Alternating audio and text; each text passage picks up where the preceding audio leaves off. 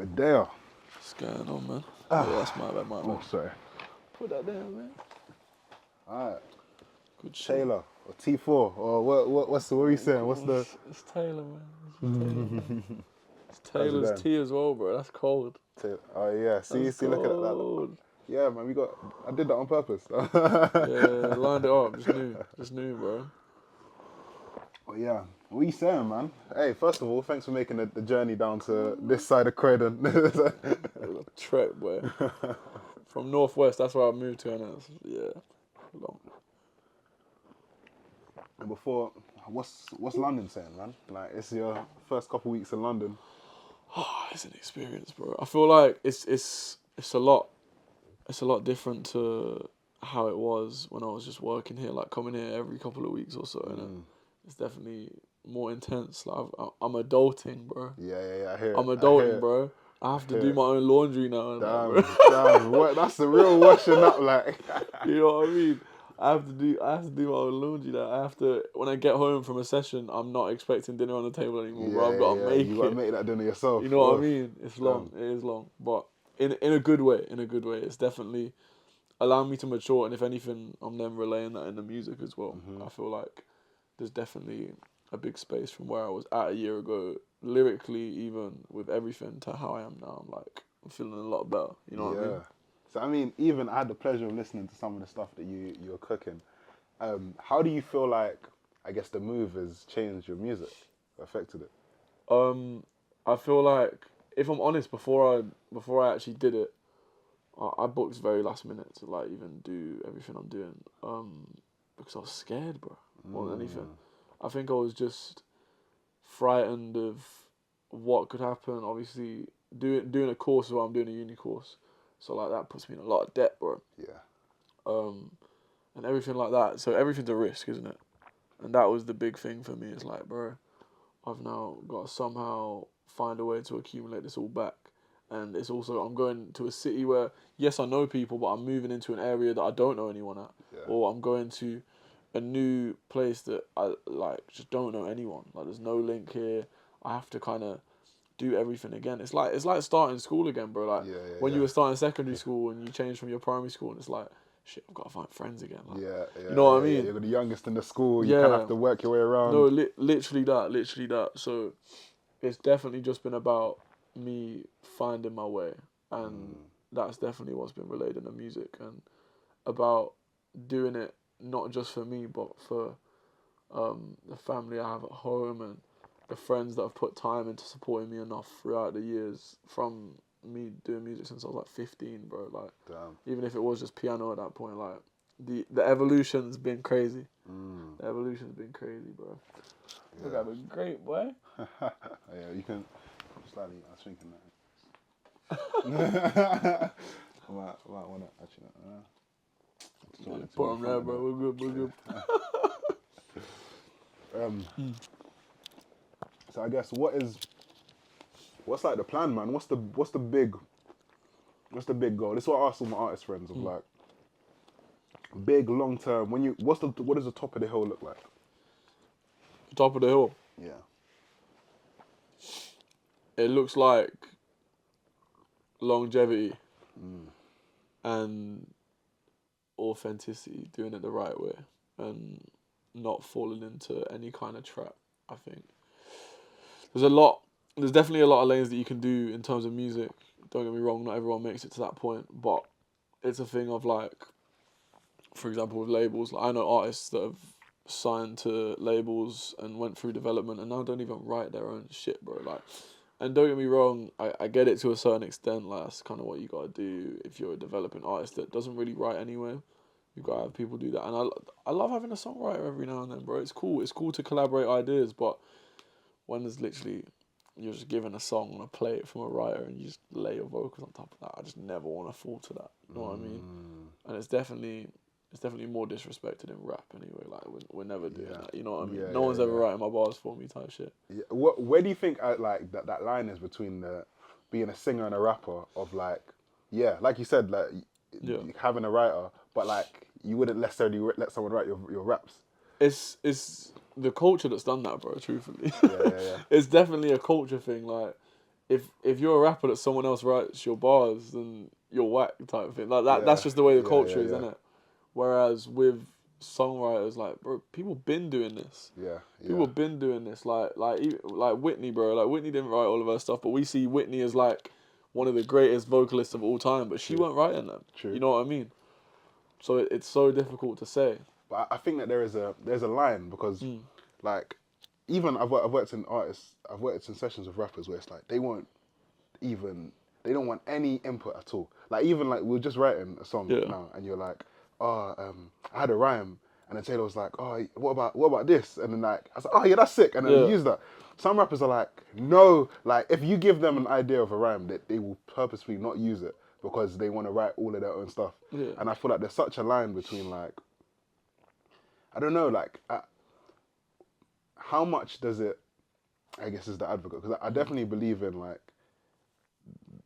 a big part of rap culture is the pen and how am I writing this, but also as an artist you have to think about the end goal, and it's like, how do I just make the best piece of art possible, you know? 100%, bro. And there's such a, for a lot of the rap thing is pride. It's like I don't want anyone to be able to say that they gave me any input and this is all me, but that's it, bro. You know, how do you make good songs, man? that's the whole thing I'm on about. Like a lot of artists that go through the process of making a really good album, it's never done on their own, bro. I don't know many artists that are constructing a whole album themselves. Do you know what I mean? Yeah. At least someone is having some sort of input somewhere, whether that's to do with the mixing or to add a bar on or it's true. Yeah, anything, bro. There's always someone doing something, but that's what's so cool about music, though. Like we fuse loads of these ideas together and make something real beautiful out of it. But yeah. Back to the question about end goal.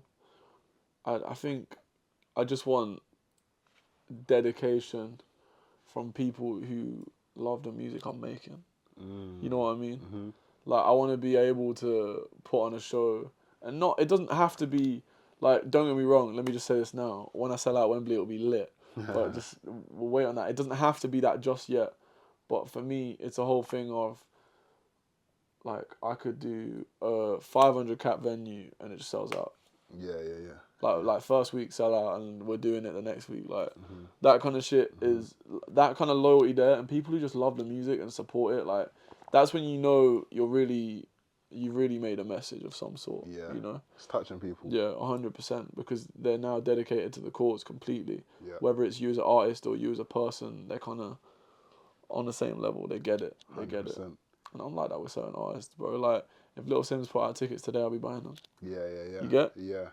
It don't matter if the money's looking a bit low, I'm still going to do it, man. It's worth it. Yeah, that's what it is, for sure. I think as well that there's this, especially in today's era of like TikTok and fast-paced music, we don't often live with the music that we listen to. We don't like even albums. Like I made a video the other day of like I very rarely listen to a whole album like start to finish. And what like back in the day, you used to buy a CD, and that was the one CD you might have for the month, for the week, or you're listening to that like back over and over again. You're sitting with it. When you have a heartbreak, you're putting it on, and you're like, and there's memories that you have attached to that. And I think we're at a place right now where people have songs and people have moments, but there's very few artists that people are really living with them. Like, I want to grow with you. I live my life, and your music is a soundtrack to that. It's so hard because music is so easily accessed now. Yeah. And it's for what, £7 a month on a subscription to get every song ever made, or the ones that have been uploaded anyway. I know everyone's got their favorite unreleased track from an artist that's like sitting on YouTube. You know what I mean? But like, you get every song ever made for £7, bro. Yeah. Whereas you used to be saving 10, 20 quid to get the next vinyl or the one CD, or you know what I mean? And you'd listen to it over and over again. I back that. And I still do that sometimes. Like I've been to album signings for artists before. Like I remember I went to Stormzy's one. And which one? Which album? It was for was it called This Is What I Mean? No. What was it called? The most recent one. Yeah. Yeah, that's I got him one. I went to the same. Well, it wasn't an album signing, but he had like a thing in like Leicester Square, Oxford Circus, or something. Yeah, it was like a whole to go for a shot. What was that album called? Was it called This Is What I Mean? The R&B kind of one. Or, yeah. I'm trying to remember what it was called. Definitely This Is What I Mean. the letter on the door. Yeah, Yeah, exactly. So yeah, no, I went. Yeah, it was alright. So yeah, I went to that one, but like I even brought my old CD from his Heavy Is the Head album as well. I brought both. I signed both of them. It was lit. But my point is from me buying these CDs, like especially when I had my car's scrap now. You hear about it in bars. It's jarring. Anyway, when I had my car, like let's say, oh, I'm on the motorway, bro, and like the signal's gone, or oh, my aux cord's broken. Yeah. I'm listening to this CD over and over Slapping this- again, bro, yeah. and it then like it makes an album so much deeper for you. Like Mm-hmm. I've heard like that. This Is What I Mean album's definitely critically acclaimed in terms of because it was so different to what Stormzy does. Yeah. You know, so people weren't sure whether they liked it, and they were like, oh, we missed the old Stormzy. But I've now listened to that time and time again and really deeped it. Yeah. And it's the same with the Heavy Is the Head joint. Like you really, really deep tunes when the access is so much more limited. Yeah. Whereas nowadays you put out a TikTok, it does a couple 100K views. You need to upload that this week to get numbers. If you don't do that, then it might fade out. Don't get me wrong, there's always a chance that it could still pick up, but most of the time that's what happens. You then release that song, that song was great for this week, maybe this month, and then next month it's already onto something new. Yeah. And you can see it. You can see it in artists. Perfect example of like a popping TikTok artist right now would be someone like Leo State Show, which is a perfect example of someone who took advantage of a song and then went and did it again. But because he did it so quick, the momentum's still there. Yeah. And he's doing it again, and he's doing it again, and he keeps doing it. He keeps doing it. He knows that he needs to be in the studio every single day and drop a song once a month or once every 2 months to stay relevant. And if he doesn't do that, then it will start to decline. Yeah. And that's why he's doing it. Hence why he had Honey Bun to start with that did well in the UK. And then he was like, okay, I've got momentum here. If I can do this right in the next month, it'll work. He did that Pink Lemonade joint. And then that touched US. And now it's long. You get? Yeah. And that's because he knew that he had to capitalize on the TikTok society of how music is now. Yeah. And he did it right. Yeah. And that's my say in terms of the way music is now. But I don't want that. You don't. Oh. I don't want that. I don't want to do the capitalizing on a 1 month span. Like I feel like music now, what I'm doing now, in comparison to what I was doing 2 years ago, maybe it was for the commercial aspect, right? But nowadays, like, it's the whole cliche thing of saying, like, you're making music for you, which I am.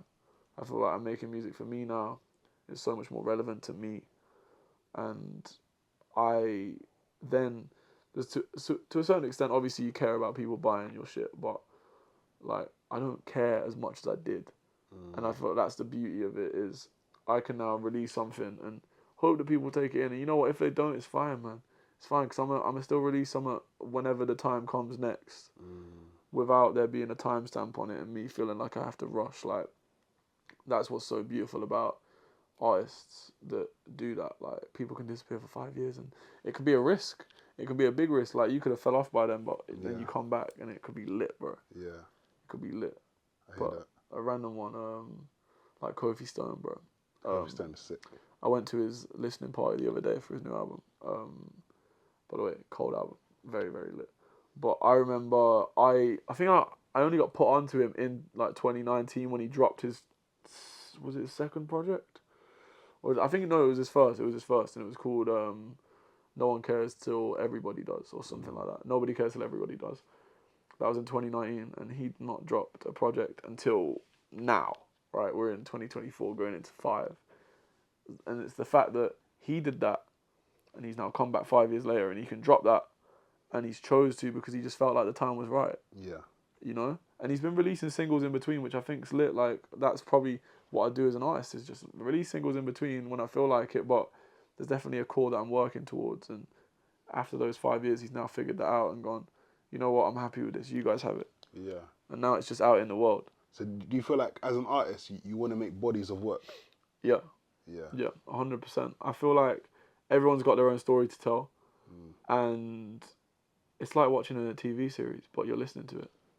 You know? Yeah, I hear it. Like this is season 1. This is season 2. It's true. They go through This the is albums season 3. and that's facts. Like I think about stuff like that when I listen back to like old Jay-Z albums. I listened to Reasonable Doubt for the first time, the first Jay-Z album, and you compare that to like 20 years, 30 years, 20 years later. He's like who he is. He's like he becomes a father, he becomes a billionaire, and it's Yeah. like you can see the story panning out throughout his music. You You're watch like, the oh process, wow, bro. like yeah. It's like even with Kanye, bro. You watch him slowly go insane. Like, you know what I mean? Yeah. Like you go from From college college dropout, dropout, yeah. and then like he's developing into graduation where he's getting even bigger, and then we slowly get into like the not even My Dark Twisted Fantasy. Where would I go with that? But then anything up from there, basically. Yeah, or the 808s. Yeah, all that is slowly getting there. You know what I mean? Do you, controversial opinion about Kanye, yeah. No, I definitely think Kanye is crazy. Like, Yeah. I say crazy as in terms of, yeah, he's crazy, man. But Most cool artists are somewhat crazy. and that's what it is, and That's how and it I be. think the reason why like Kanye is so great is because he does not think like anyone else. Yeah. Like, and that's the reason why he's so like left field. But I think the deeper, I guess, like my deeper perspective on it is that we put so much pressure on our artists to be like spokespersons for political issues and this and that. And it's like he's just a guy that knows how to make really good music. And when you look at him like this super person that you put on a pedestal, when he says some crazy stuff, you're like, damn, like you're supposed to be speaking for all of us. But who gave him that? Yeah, like bro, that much? artists don't have to have that responsibility. I feel like that's something that's not even just in music, but influencers in general. Maybe influencers to an extent because it's part of your job, bro. Like you're influencing a younger generation. Like that's literally part of the name. But like musicians, actors, like no one has to necessarily do anything. Yeah. Like it's not their responsibility to comment on anything. Yes, is it cool? Is it really nice if they support this the same way you support something? Yeah, it's real nice, man. It's cool. Yeah. But they should never have to. Yeah. I feel like everyone's got their own passions, and if they're passionate about it, speak up on it. But then there's also the bit where I feel like people speak up on it just to look good. Yeah. Yeah. Yeah. You get like there's a fine line, and it's definitely about finding the difference between that. Because, for example, what was something mad like I don't want to state any false facts just in case, but like I'm sure there has been artists before that have been critically acclaimed for not commenting on some sort of political thing that's going on in the world, and in the background they've already donated like several thousands or millions of dollars to this cause. They've just not stated it, bro. They're just not talking about it. They're just not talking about it, but they're getting so much heat for it, even though they've already done something. Does that make them a bad person? Yeah. Because then the person complaining, what have you done? Exactly. They've donated. You've spoken about it. They've donated $1 million. You've reposted something on your story, and you're better than them. Yeah. You know, Yeah. it's so difficult. That's the social media, man. It's long, bro. But alright, so I guess slight change of topic, but question that I guess I wanted to know. This is one of the first things I asked you when you first came, but like obviously Britain's Got Talent was like a big the big platform, and so how does because I remember seeing like you and Flint's on there and being like, damn, like man are on my TV, like you know what I mean? That is nuts. Like what does that experience look like, and how does that change like one's music? I think it allowed me to grow up real fast for me, because I did this when I was 17, bro, and like I knew that I was hungry for music, but I think at this point I was just going into college. Like I wasn't really sure about exactly what I wanted to do, so it was just difficult to find the pivot. But being thrown into it straight in the deep end like that, you definitely wake up real quick. You wake up real quick. Wait, so sorry, I want you to continue. But when you went there, was it like, was you thinking, alright, we're gonna go and win this, or was it like, I'm just gonna go and audition and see what happens? I think the mentality that we both had was we're not just here for us. This is for the culture as well, bro. Like there's you can shout like bars and melodies like rappers, right? But like there was no real authentic proper rap music to what we were doing anyway. Like the real rap stuff, like we've never seen that on that show before, and that's what was so important about it. The dynamic of two backgrounds as well. One white guy from Birmingham and a black guy from Croydon, bro. Like seeing that fused together from a relationship that was online, that was one of the big like selling points for it as well. Like, oh, bro, I didn't link him until that day. Oh really? I'd never I butt didn't flinch even know that. That's I'd crazy. never met bro in real life until that day of the audition. Whoa. You get what I mean? That's so you guys were just back and forth in it and then just Social, like, bro. Yeah. whoa, that is nuts. I didn't even know that. Okay. Yeah. So like, not even a rehearsal prior, really. We had a sound check. That was it. Snap. Okay. Yeah.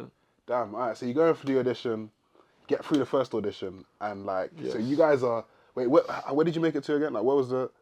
We got to the finals, bro. All the way to the end. Yeah. Like, so what was that like? Like, what is that pressure like? First of all, and what happens after that? So auditions got the golden buzzer. Everything's mad. I'm thinking, bro, my life's peaked. This is nuts. Like, I'm gonna be mad clear after this. Like, this is where your brain goes, isn't it?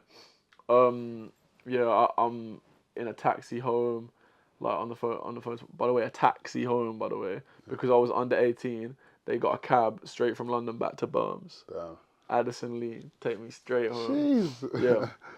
TV budget's mad. Anyway, but yeah, so we had to keep it quiet for like 4 or 5 months because it doesn't air for time. So that happened in January, and I'm thinking, shit, bro, the maddest stuff's happened, but I can't tell no one. Yeah. And then it turns out we were like the last golden buzzer as well, which meant that we had to watch the show every week, and it was not us. Yeah.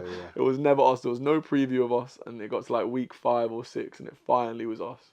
And I was gassed, and yeah, that happened. The morning before it even aired, we were already in the papers at the top of my road. Like, I just went and got the newspaper, and I was like one of the covers on there. Wow. Yeah, it was mad. Then audition airs, your following just jumps up. Then go on the news the next morning. Then prepare for the semis, because that was then coming up live in front of however many people at the Hammersmith Apollo. So it was a mad venue. Some great people have performed there. Yeah, you even just get people reaching out to you that like you never expect would reach out to you as well.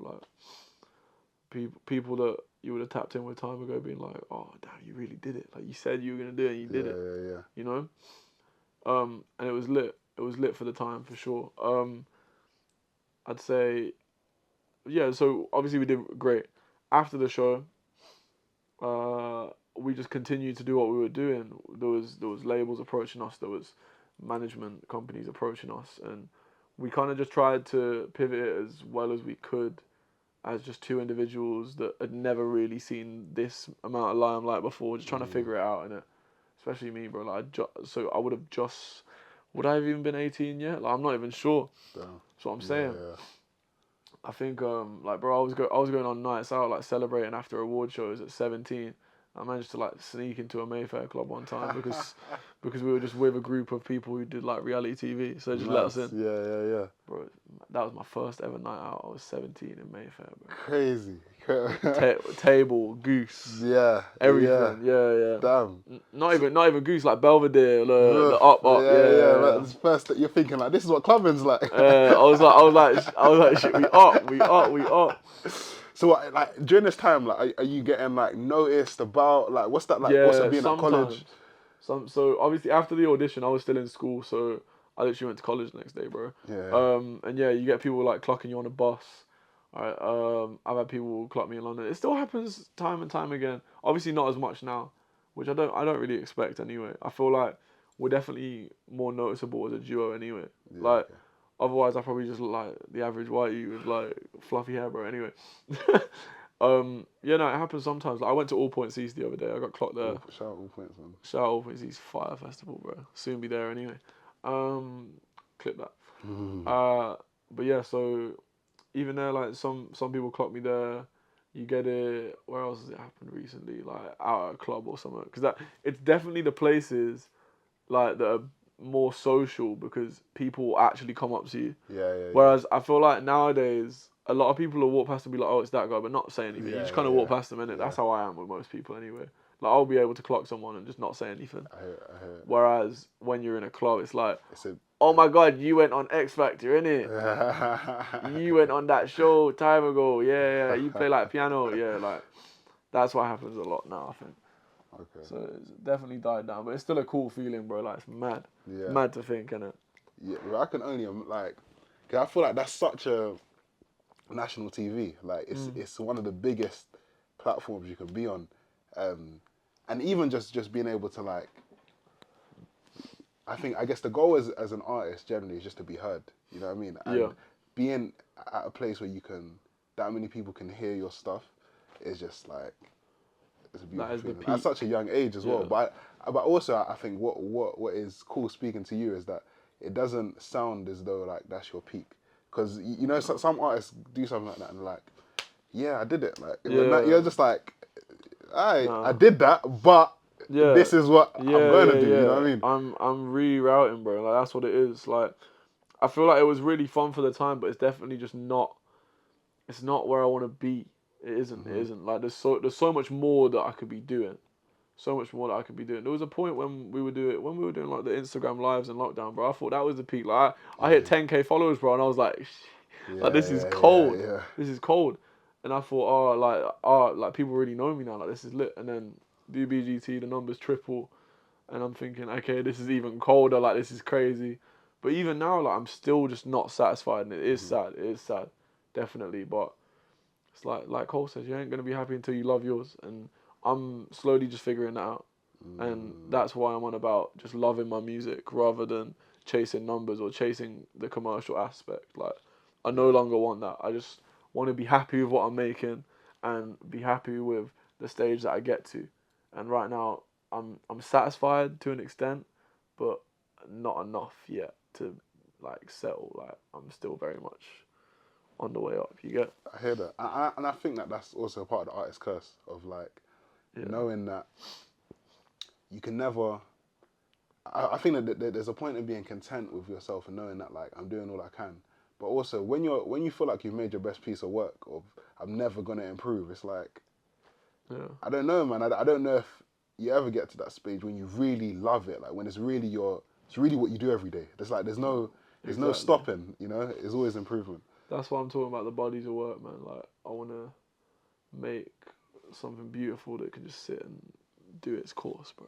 Yeah. You know, and allow people to come back to that anytime.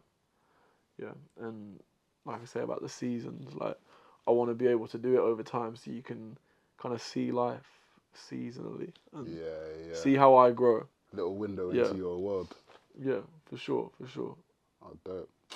Oh man, bro, thank you very much for coming down and chopping it up with us. And come on, man. Yeah. We here.